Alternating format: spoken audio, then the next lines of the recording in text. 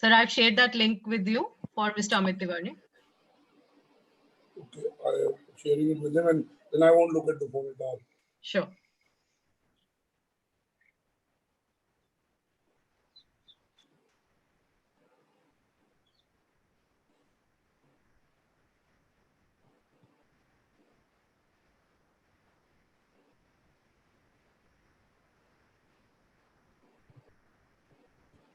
Mr. Pandey, I think we can start in 1 minute. Okay, all right. The more informal you are, the better we would be. I'm trying to be formal. It's a little tough with you. With other people, I can still fake it. With you, it's a little tough, but I'll try to. Yeah. So, Priyanka Omsara, we're starting in 10 seconds. You can let people in 10 seconds. Okay. Priyanka, are we Yes, live sir. now? Yes, sir, we are. Good morning, Mr. Pandey. Welcome Good to morning. Exchange for Media conversation on the business of media, business of news, life post-COVID, and how the economy will come back and how the media industry will be a catalyst, how news channels will be a catalyst in helping the country deal with COVID. Let me introduce Mr. Avinash Pandey to our viewers and our readers. Mr. Avinash Pandey is the CEO of the ABP News Network and has been an accomplished media professional for 25 years. He's been with ABP News from the day of inception. He's like a founding member of the ABP News Network team. In his 26 years, he's worked with 3 news organizations. He started his career in 1995 with Indian Express, went on to Aaj Tak when Aaj Tak was launched, worked for less than 5 years for Aaj Tak, and this is his 16th year at ABP News. So Mr. Pandey is a news television veteran. The news television industry is 20 years old in this country, and Mr. Pandey's worked last 20 years in the news TV domain, news broadcasting domain. So he understands news television and news broadcasting like nobody does. Welcome, Mr. Pandey, to this Exchange for Media conversation with leaders. Mr. Thank Pandey, you, Businessworld. Thank you, Anurag. Thank you for him. Mr. Pandey, in the last 40 days, the viewership of news channels has gone up by 200, 300%, more than 200% across. I'm not just talking of your channel, but broadly. Your channel has also done very well and continued to maintain its leadership. But tell us, why is this surge in news? Why are people, everyone criticizes news for being negative. If news is so negative, why are people watching it? You know, I always tell this to my team internally that more and more news consumption happens when you raise a family, when you get married, start raising the family, because that's the time that you start getting worried about simple things of life, your job, your investments, your social security, your children's education, and etc. COVID is such a time that everybody is concerned as to what's going on right now in the environment. And obviously, the authentic source of the news is not the numerous forwards and the PhDs that comes on the WhatsApp. It's about the authentic source, which are the news television, because you see it is getting reported by the award-winning reporters. You have graphics which explains you as to what's going on, and it's kind of reassurance that helps you believe in a better future, that even while what is going on is what is going on, but there is a future which can be brighter than what we are today. And that obvious curiosity lead to people to watch news television, and that's what we have seen. Our network has grown about 300% from pre-COVID to post-COVID. And we are seeing a double trend continuing, more than 200% trend continuing even now, while things are a little bit settling down. So yeah, it's a reason of uncertainty that led to such high viewership. So, Mr. Pandey, you're right. You said that it's about a credible source of information. It's through bona fide journalists. You're watching what's happened on the screen. Right. You're in the line of fire. You are in some way first responders. The journalists Right. that go out and actually do real stories about real issues.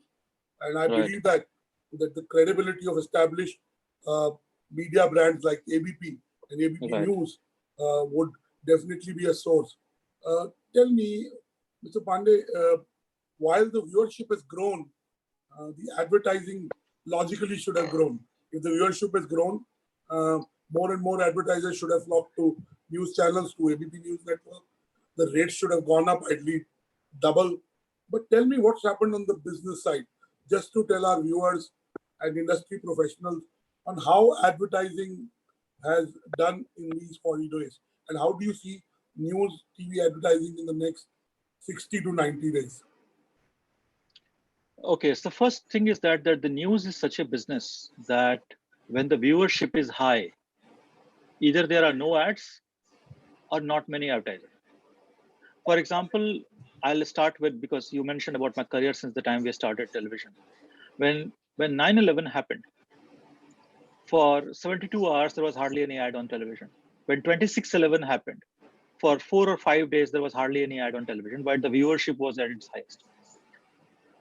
During the COVID time, it would be very difficult to assume that when all economic activities are stopped, the consumption will happen. Because finally, the advertising is for the consumption. And hence, despite such high viewership, there are not many advertisers who choose right now to advertise. Having said that, there are advertisers who think that advertising is not only for today, but to build a viewership, to build an audience which is going to consume your product much later than what is happening right now.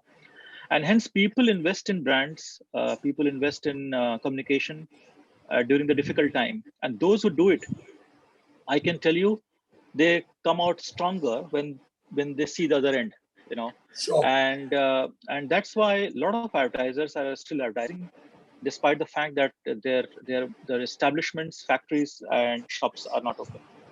But yes, it has gone down drastically, and because there are very few advertisers, and there are many news channels, they are all negotiating a bargain in the marketplace, and hence the rates has not gone up the way we expected it to be.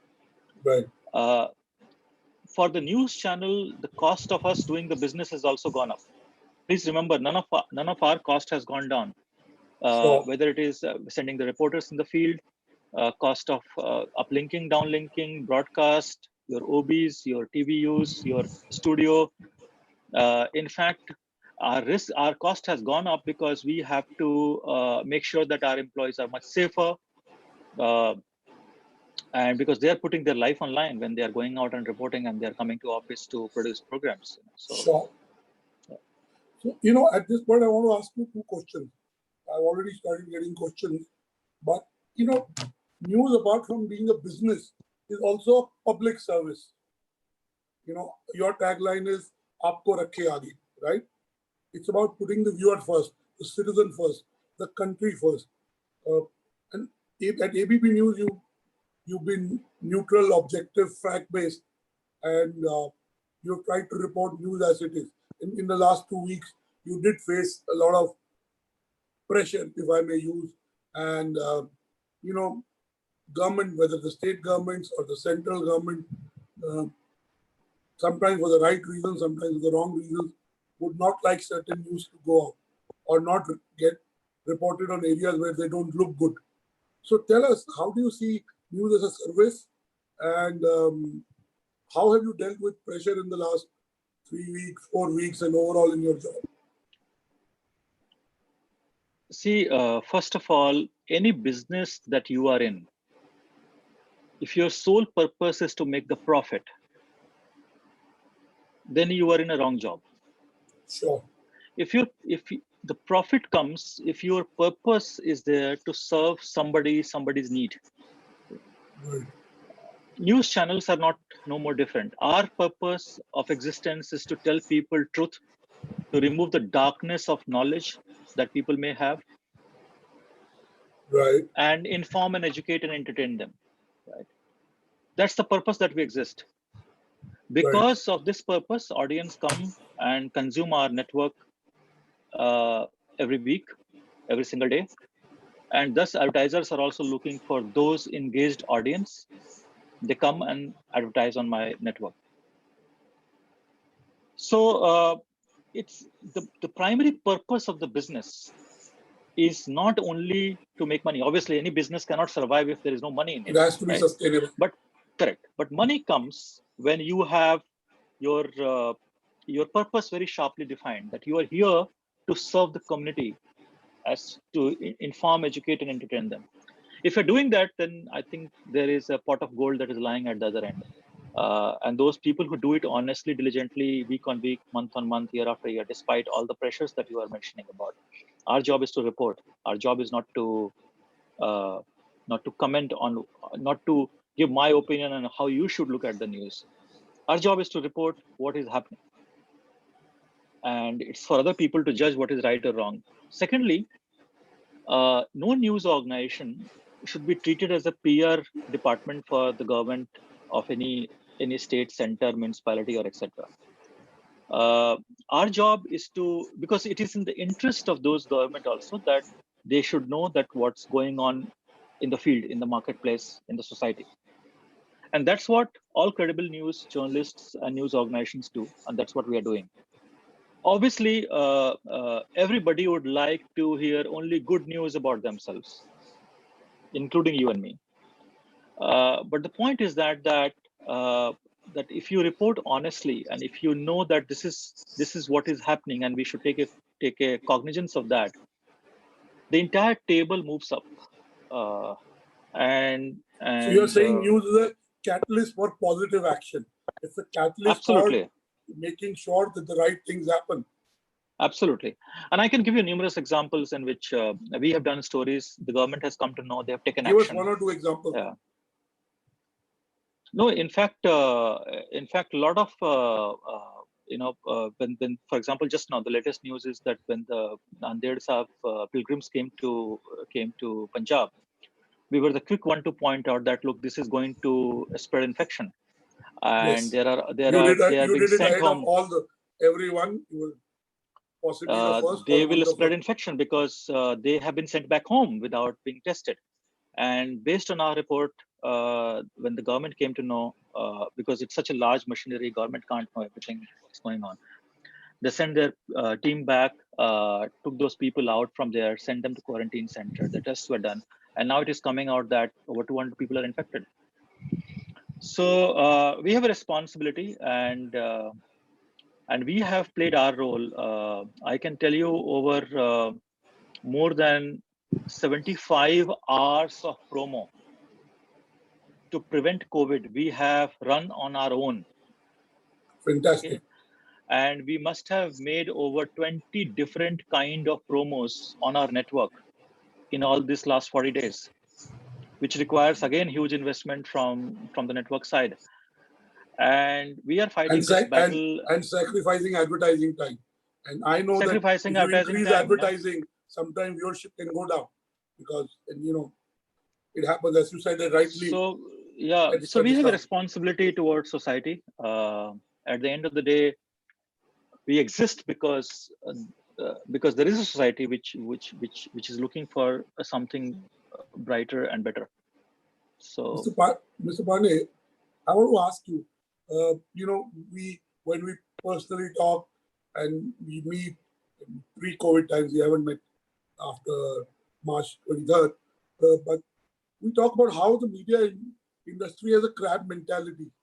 The media owners, the media leaders don't support each other.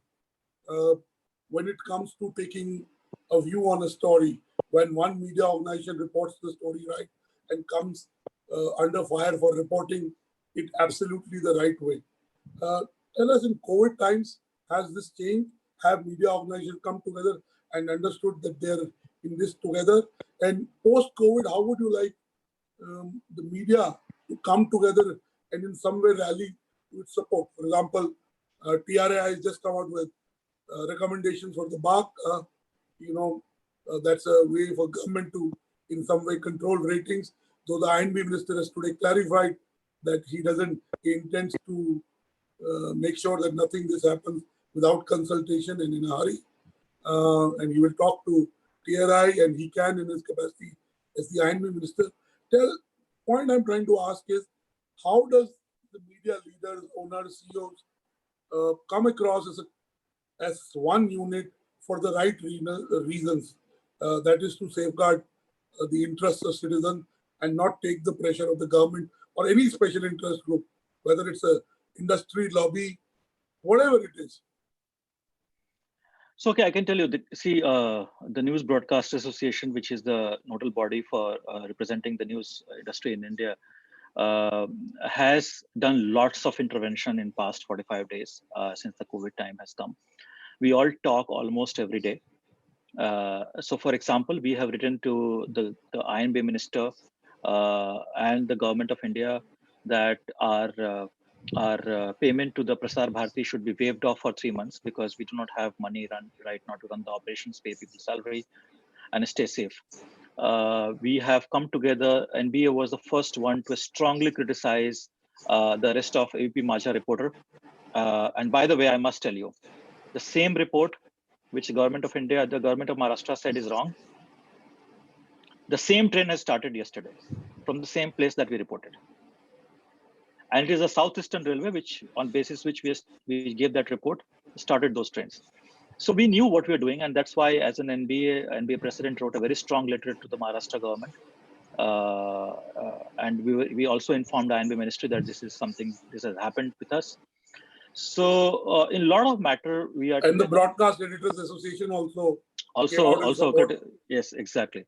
A lot of my colleagues across different channels, journalists, editors, CEOs, they came out on their own, and then they called me up and they supported me through whatever means that is possible. So as far as protecting the truth or protecting our right to have a free speech, we are all together. But please understand that at the end of the day, for everyone, they have their own problems and their own set of issues, priorities and issues, which everybody is fair in that way to deal what to prioritize and what to do. So as an industry body, I have been on the board of IBF, I am on the board of NBA. And we don't push business agendas for different organizations. We say what is important for the industry is to protect the right of free speech and make sure that the adverse environment outside our organizations does not hamper that flow of the free speech. This is the limited area in which we all get together. And that's why, if you look at the news industry from where we started it in year 2000 to where it is today, over 300 news channels, so many people are directly or indirectly employed in this. The conscience of the nation has gone up. Every single thing that you do anywhere gets reported. And overall, I think democratic values in this country has become stronger since the time the news channel have so many news organizations have come. So I'm quite happy with the level of cooperation that we all are having. I did not get your second question. My second question was, how do you deal with, let's say, what is the response to the TRI recommendations on BARC? While BARC has done a good job, and there may be areas where it needs to improve, and there are areas we know that it needs to improve. There is a new CEO in Sunil Lula, but before that, BARC was very, dare I say, very opaque and very, at the leadership level, not open to suggestions. But to get the government to control or interfere where the advertisers are happy, where the stakeholders like yours may not be entirely happy with BARC, but that's something between you and BARC. Should the government interfere in it? What's your view? See, my personal view is this, that government should be out of business. There should be freedom of people to exercise their business and freedom of choice. However, at the same time, we have seen this globally, that when the regulator is weak, the businesses have not improved. That's a global example I'm telling you through different case studies. However, as far as BARC is concerned, nobody will have any doubt that we have the most competent guy right now at the top, which is Sunil. Absolutely. Not The only bar, competent, even in his empathy for individuals, how he engages in his responsiveness. Sunil Lula is possibly outstanding. He's outstanding. yeah. That's why I'm saying that he's the one of the most And competent person in the he's industry. ran television channels both in news and in non-news.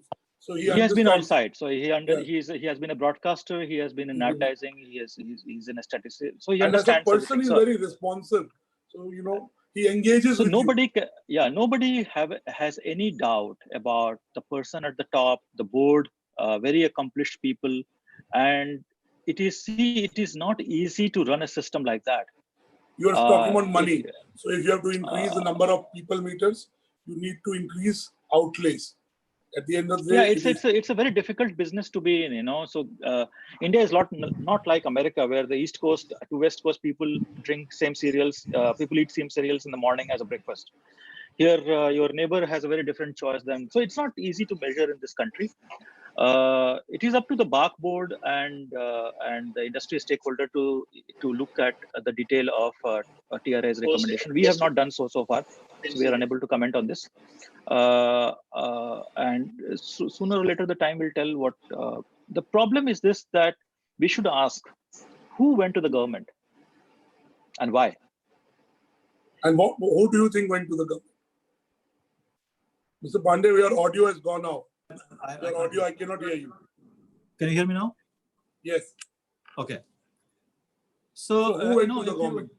I don't know.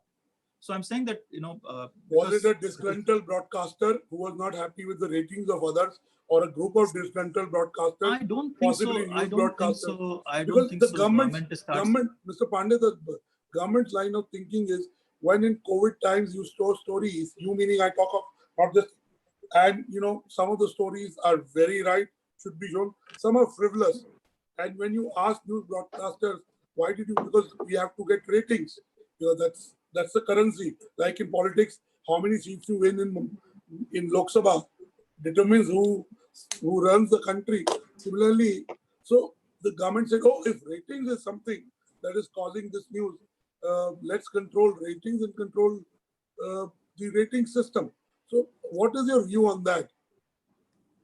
Though the I&B minister today very categorically and emphatically said that he did a meeting with the IBF board members and the stakeholders yesterday, and he assured them that no such action would be taken and proper consultation would be done, and he would talk to the TRI chief.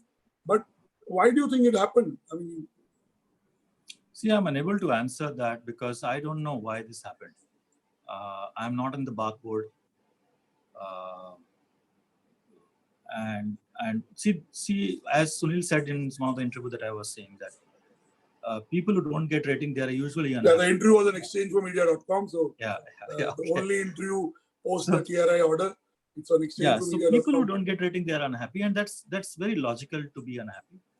But I don't think so. That's the reason that the government will interfere or anybody. I don't think so. That's the case. Okay, let me ask the question. If you had to suggest to BARC two things to improve, what would that be? See, the investment in RPD is very important, reverse path data, because on the one hand, you have a complete ecosystem which exists right now, where you get to see who is watching, what they are consuming, what is their viewing pattern, and then absolute data comes to you through digital. On the other hand, you have extrapolation. So obviously there is the technology has reached somewhere while we are still in a previous technology. Obviously it will require investments, industry, stakeholders agreeing to it. So but in that direction, I think we should move, is the reverse path data, where you get actual data of who is consuming what. And also no manual intervention in it. There will be no tampering or etc. that you will come to know. Now, let's focus a little bit from technical things.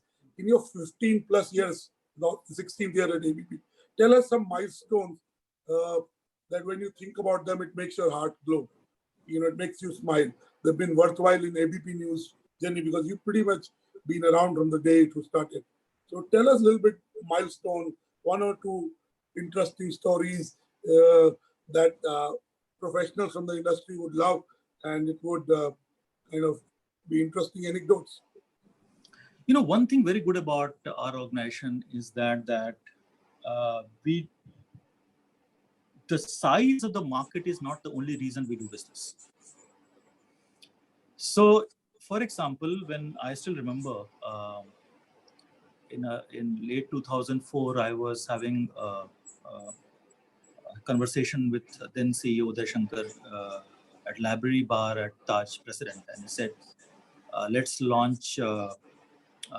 When the moment you join, let's start doing the work for launch of Bengali channel in Calcutta. And I said, is there so much of audience in India that we need to go into regional space, that in Bengal, which is P3 market, and etc., etc. And he said, we'll create the market. So, and so similarly, when we went in Maharashtra, there was no regional news channel market there. So we do not necessarily look at the market size. Even if you look at any Pandit in news industry will tell you that being neutral is never an advantage. Reporting breaking news is no more an advantage because people are getting breaking news through their WhatsApp and Facebook and all that. But we do all the time that. You do a lot of investigative stories. We believe that sharing the opinion is fine, but it should be limited to a slot where a couple of people can share their opinion who could be seen as an opinion maker. But finally, we believe in delivering facts, and that's what we stand for. So we don't necessarily go by the standard market logic, and that is why this makes us special. And every day when you come to work, and my staff will tell you, they have worked. I see that you're still working from office. You're in office today, and every time I've spoken to you, you've been in office. I haven't gone to office in more than 40 days, but we are doing this conversation. You being in office, I being at home, and so if you ask my staff, they will tell you more. The biggest smile that you get when they tell you that they are looking forward every morning to come to work. I think then this is the biggest achievement of our organization, where every employee feels so involved in the work that it does not require supervision on day-to-day, from the junior most to the senior most. Okay, Avinash, I'll ask you some personal questions. Who are people in the media industry and the news industry that you look up to? See, and why? Some may be tall, so you may genuinely look up to them, but beyond that, I always tell you that you are as good as your team is, and you can be as experimental as your boss allows you to do so. Okay, I have been extremely lucky working with some of the best people in the industry. So all my bosses, I think I owe it to them that I learned so much from them, that today, whatever I am, I always call it, I am, my education is on the one side, formal education, but you can never become good in what you do unless what Tulsidas wrote, that Nara Pura Nirmalam Sammatam. You cannot have knowledge only from one source. So you meet people, you grab something from them, you understand them, and then you grow. So all my bosses, I've learned a lot. I look up to everyone, including Mr. Batra, for any intelligent conversation, lighter conversation. We definitely, on a very serious note, we definitely laugh a lot when we speak. Yeah. I think that's very important. And we have honest conversation. Yeah, so I would not like to name any particular one, but yes, all the people that I worked with, I certainly owe it to them. Because Avinash, I know you well, and I'm trying to be very formal with you. And at the start, before we went live, you said, don't try to be so formal with me. But I want to say this to our viewers. I practically know everybody in the media industry that needs to be known and more in the advertising, media, communication. And I can tell you, and I'm not saying it because we're talking to Mr. Pandey or he's my friend, which he is that he's one of the most affable. I spoke to two people yesterday, and I have no qualms. I spoke to Neha Pant yesterday after like a long time because she tweeted an article. She wrote on Sam Balsara for us 16 years back. And she was praising you. I speak to Atul Sharma, and I told you that question. He asked me one day, why is Avinash so successful? So I said to him, but he works very hard, he keeps commitments, he helps everyone, but most importantly, he's genuinely affable. He's very likable. So how are you as a boss? Tell us, how are you as a boss? How do you balance being affable and taking the right decision? How do you strike that balance? It's 12 o'clock. Yeah. See, Anurag, like all good leader, and thank you very much for saying such good things first, and thank you to ex-colleagues of mine that you mentioned just the name. Atul worked with you at Indian Express. Indian Express, yeah. And he had good things to say. And he asked me saying, what can I learn from Avinash? How can I be like Avinash? So that was the question. It was not I tell you something, Anurag, I'm also a practical person. So, I'm very humbled at their kindness of these words. But finally, as I told you, I'm as good as my team and my boss. So there's what is your nothing leadership extraordinary style? about me. What is your leadership style? So I'll tell you, there are three things that I focus on when I work with my team. Number one is give them a direction. The second one is to give them enough support and infrastructure to move in that direction. And third one, constantly help them achieving those goals. I should be seen as enabler to them to achieve those goals rather than one who just takes reviews and says, you could not do it. Thank you very much. I also believe that a good leader has to be empathetic, to what's going around. So if you don't have empathy, you can never be a good leader. Sure. Looking at bottom line and top line is obviously every organization head has a task at hand to do so. But what is more important is that how you look at your employee as somebody who can contribute in a very significant way that you yourself alone cannot do. And there is a goodness in everybody, and that's what the first principle is, to explore that. Beautifully. At the end of the day, there are dead wood everywhere, and so in my organization, and I can tell you, I have politely told several people to part ways, and it's not that I have not done so. But even after parting ways, we remain good friends, and we still talk almost a regular basis. So doing business is very important to understand that as long as you are focusing on giving directions, managing those directions, and giving infrastructure for people to work, people will work for you at any given point of time. And if they fail, they will come and tell you, okay, look, I don't think so I fit here. I don't think so I can contribute here. And let me now move myself away from this so that the organization does not stop. I also give an example to a lot of people about the herds movement of the elephants. If you look at the elephant, they move in a circle. Okay. The strongest member on the outside the circle, the elder ones are in the middle, and the children are in between. And they all move with a certain speed.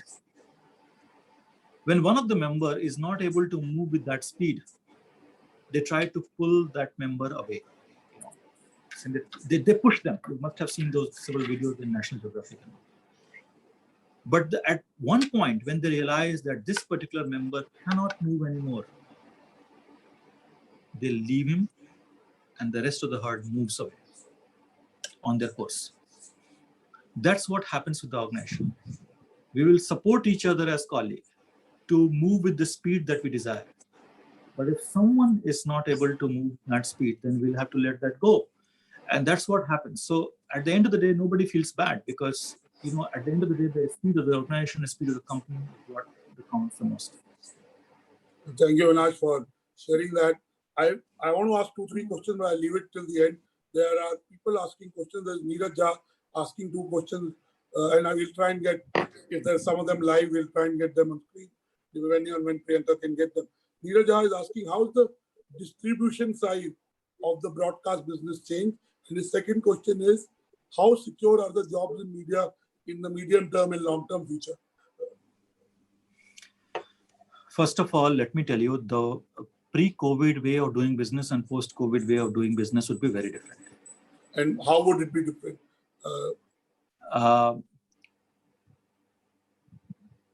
See, basic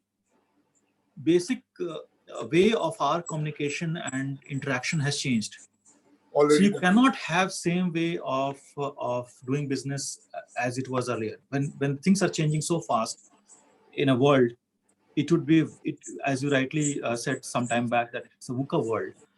You cannot have a permanent solution that this is what I'm going to do 3 months from now. It is a situation where you have to be resilient. And I wrote to my employee that resilience is something which is adaptability personified. You have to be adaptable to constantly moving time and changes that is happening. As far as distribution is concerned, Avinash, I call it organic pivoting. Organic pivoting. That's right. So Yeah. as things change, you adapt. And I was talking to Raj Naik and Sai Kumar the other day. They said the best person is who doesn't have a plan. They'll be successful because really they don't have a plan. It sounds like, oxymoronish that you'll be successful if you're not have a plan. But for always we've said have a plan. Planning is the success key. And suddenly you're saying live in the day, do the best you can do today, and take every day as it comes.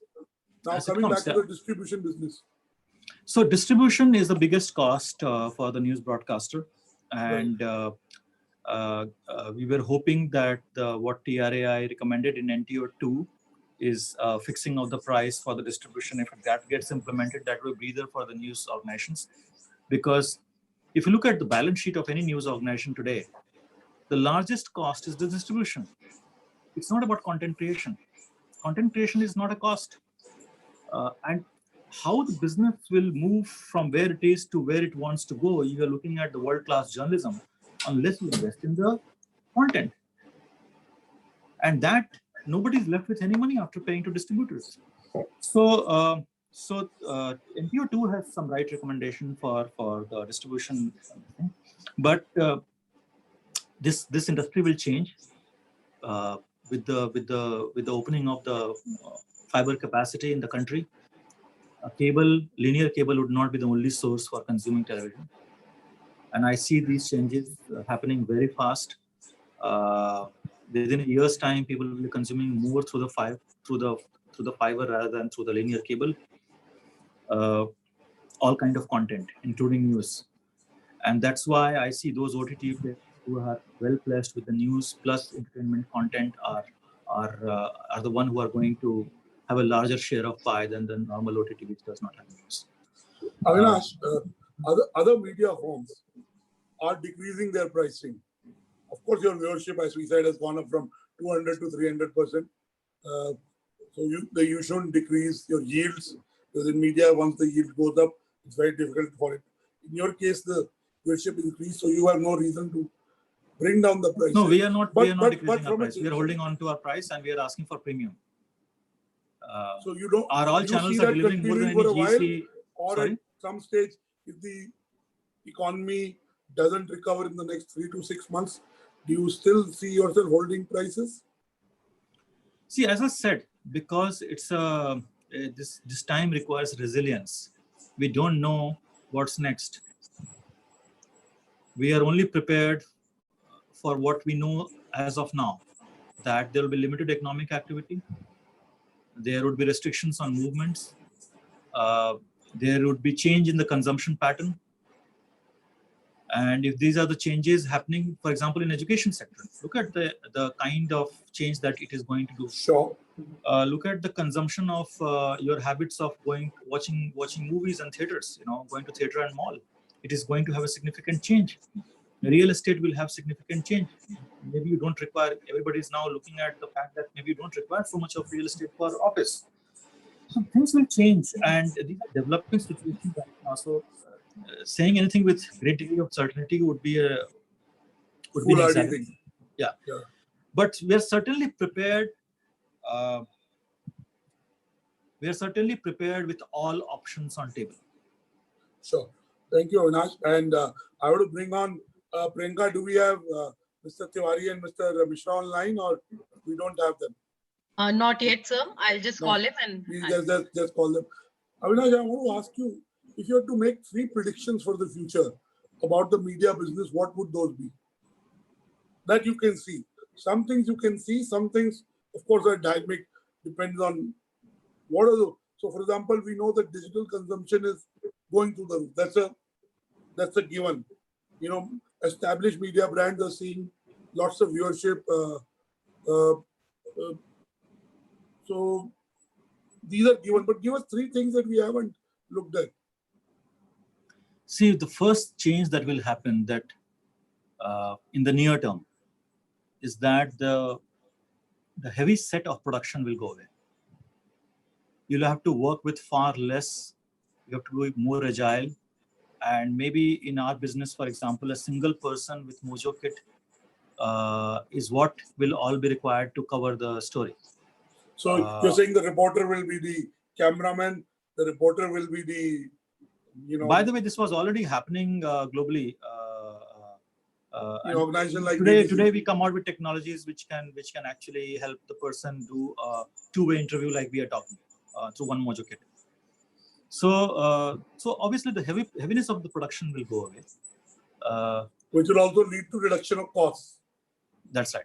People would be a lot of different kind of content people would be looking at than what news channels are used to producing right now, which is what is happening on the street, is what we are best at, most of us, because we have a worldview which will not be the same after this COVID end. So a lot of different quality of content and kind of content will surface in the mainstream media than it was earlier. And third one is that the distribution platforms are going to radically change. Sure. And build on that, explain that a little bit. See, the way you consume today television will not be the same again, because an uncertain time creates high degree of anxiety. A linear cable does not necessarily work in that space. So for example, if I'm watching ABP News on Hotstar and I'm watching something and I'm interested in Sumit Awasthi's Facebook Live or something, I immediately go on Hotstar itself, press the button and watch something else. Come back to the main story again. That's how people will be consuming television, because the cost of the data and the bandwidth has gone down drastically. And as the geo spreads in India, it will reach to the rural India, and that's where you'll see the tipping point in this business towards the end of the year. Thank you, I see a Avinash. fundamental change in the distribution platforms. Thank you, Avinash, for getting deeper into that. Nawal is also tuned in. He's asked me to ask you a question, hypothetical question. But if the revenues in news channels don't grow or stay where they are, and it leads to a weakening of the news broadcasters ecosystem, what are its, the commercial weakening, the revenue softening up? What are its implications for the ecosystem and for the country and for the society, if at all it happens? See, I tell you, so you have to give me 2 minutes to explain this. See, the death of the local newspaper is the biggest dent for a free speech and free market. The local newspapers were the conscience keeper of local communities. They used to report if there is a violation by a builder, the municipality is not building up the roads, and etc., etc. And these mediums were largely supported by advertising. Largely means what? 100% supported by advertising.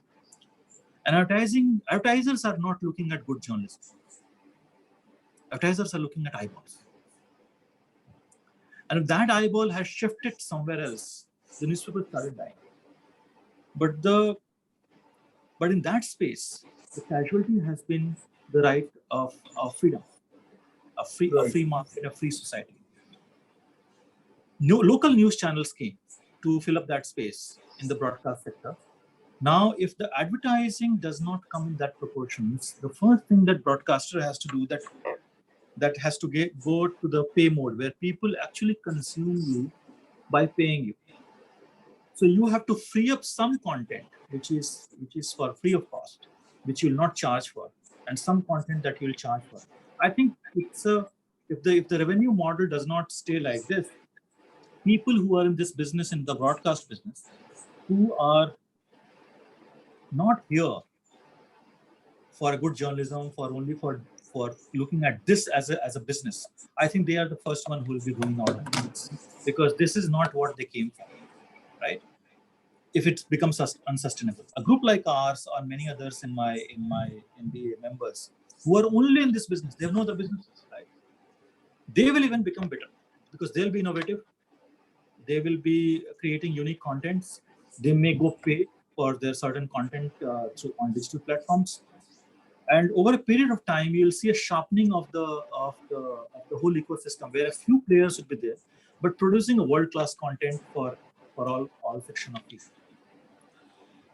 So I don't think so. Going advertising revenue down will kill a few of us, but it will certainly change the way we manufacture content.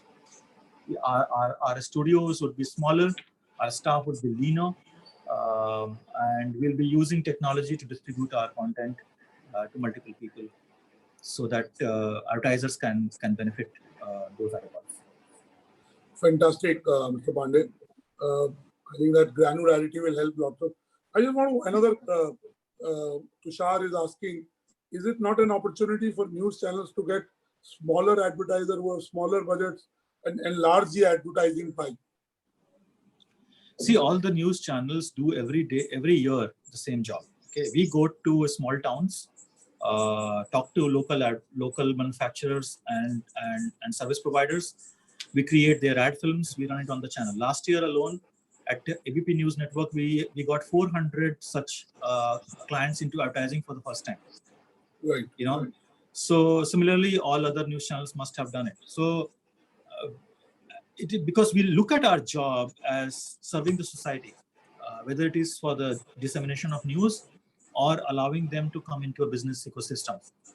So our first focus is always go to a small talukas, village, towns, and look at what they are doing, and you'll be surprised the level of their business, the level of their innovations, curiosity, and they become big brand. Today, a lot of big brands that you see in the marketplace today, who are also buying IPL and all that, they were first, were brought into the system by the news channels. Fantastic. In fact, I was talking to a big advertiser. He's also a big advertiser on your network. And he said the only two things we rely on is IPL and news. Now that IPL is not there, we rely on news a lot more. We've held back the campaign because it was centered around Virat, and it was Virat lookalikes. And now we have to make a tweak in the commercial. So we'll wait till the festive season comes, and we'll hopefully utilize news channels a lot. So really, he echoed some of the sentiments that you shared. I want to ask my two last questions and kind of wrap up. First question is, is about the job losses in the media sector. And second is, when do you see the economy bouncing back? And both are in some way related. See, if you look at average growth of any country, if let's say it is 5% or 6% or 7%, you work for 12 months, you get 5, 6, 7% growth. That means it's less than 1 month of work that you grow. For 2 months, you are in the lockdown. So forget about any growth. The economy is going to decline. It's as simple, mathematics will tell you. Okay? And definitely there will be a huge depression in the marketplace. But what I'm hopeful about India is that we are not, the contribution in our GDP of exports is very little. The huge contribution comes from domestic consumption and government expenditure. So it's all inward. And the day it slightly becomes better in terms of movement of goods and services, factory output, and people are able to go out and consume, our economy will bounce back. And I see that bouncing back no later than September. No later than September. No later than September. So September, it's that's a very optimistic note. I'm an optimistic person, so I think that that's the way it would be. But things would not be the same ever again, I can tell you, until everybody in this world gets vaccinated or there is a clear-cut medicine, and because the virus never goes away, it stays. So we all need to know how to protect ourselves, and there'll be different way of our conduct in the business and the society, and that's what the change will determine how the economy is going to be. It will never be the same again, Anurag, that much I can tell you. But we are likely to bounce back faster than many Western organizations and Western countries and Asian countries. That I have to believe. Timelines, I'm not sure, but I believe what you say.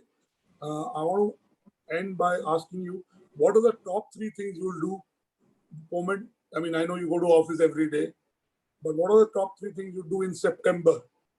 Would you travel? Your job entail traveling to Bombay, going to wherever the ABP event, if there's an event in the state capital of Lucknow or event in the CM's constituency in Gorakhpur, you would travel.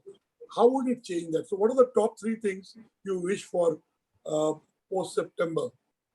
See, first of all, as an organization, we are committed to our investments. So we are waiting for this cycle to subside, and we'll move with our investments that we had planned. Just to tell our viewers, ABP News is moving into a very world-class, brand new, large office space, at least before the pre-COVID. And Mr. Pandey, will you still move into an office space? So as of now, as I said, all options are on the table, but Right. we have not shelved any plan that we had planned before COVID so far. So my first objective is to continue with the business plan as we had planned before those investments. But I can tell you, the business, what any business house is planned, there will be a massive change in the basic structure of those businesses, because it is not the same way. For example, if I'm a production house and I'm producing a show where I invite 55 audience into the studio or 100 audience into the studio and do a show, do you think we'll be able to do those shows? May not.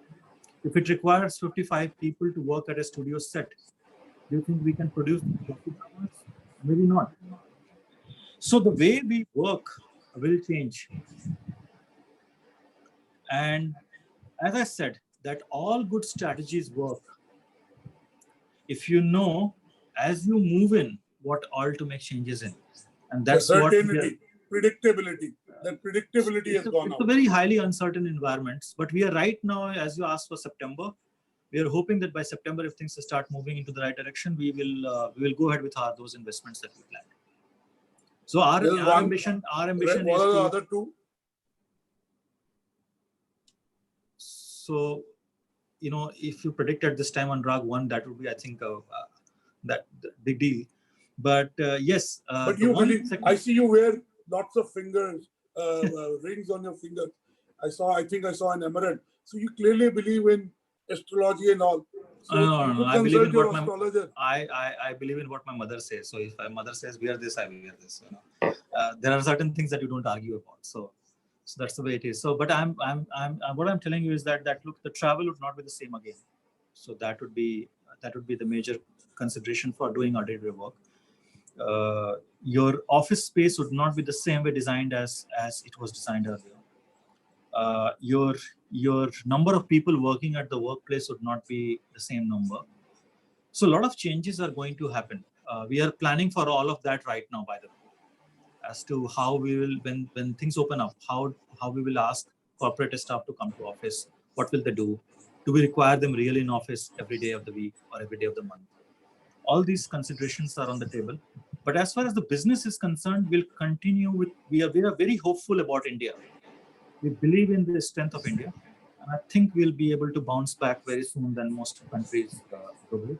And there is an opportunity for an organization like ours who is into the business of telling you the truth, giving you the knowledge, giving you information. And so we'll continue to develop that. Mr. Pandey, though I said last week, I want to ask you, news channels focus a lot on what is not right so that it can be put into right. But I want to ask you, what do you think has the government and the Prime Minister done right in the last 40 days? Because, it's also good to focus on things that the government gets right and the Prime Minister gets right. So What are the things you feel that the government has done right? I think, see, I'm very candid about it. If I think there is a Nobel Prize for fighting COVID that goes to any state head, it should go to our Prime Minister. He has done an incredible work, without doubt, leading a team of 130 billion people, each of them thinking differently and making them agree to do something. Please remember one thing, that the country came to stand still, not by an order, but by his appeal that stay at home first, which was the day one of Janta curfew. Not a single person moved out of their house. And that kind of appeal I have seen, I'm a student of history, happened only in case of Mahatma Gandhi, where he said that Chauri Chaura has happened, from tomorrow there is no agitation, and the entire country stopped. The power of leader is not by the power enshrined in the constitution or given to you by the board. The power of a leader is how people believe in you when you say something. And that way, I think an amazing job our Prime Minister has done. I would totally agree We with you. seriously need to look at now on economy, because the longer we are locked in, the worse the longer time it will take for us to bounce back. So there has to be some balance which needs to be done, and I'm sure the Prime Minister and the Government of India is thinking in that direction. So I'm hopeful. Thank you. Thank you. On this positive note, we wish you luck. We wish the ABP News Network luck. We wish all your colleagues luck. We wish the news and the media industry, of which all of us are part, luck. And we wish all our countrymen luck. And we compliment the Government of India and the Prime Minister for doing a lot of things right, and hope that we are able to come out of the economic impacts of COVID. I'm sure at some stage, again, we'll have the opportunity to engage in a conversation in happier, better times. Till then, all the best. God bless you. Thank you. Thank you so much, Anurag and Businessworld and Exchange for Media.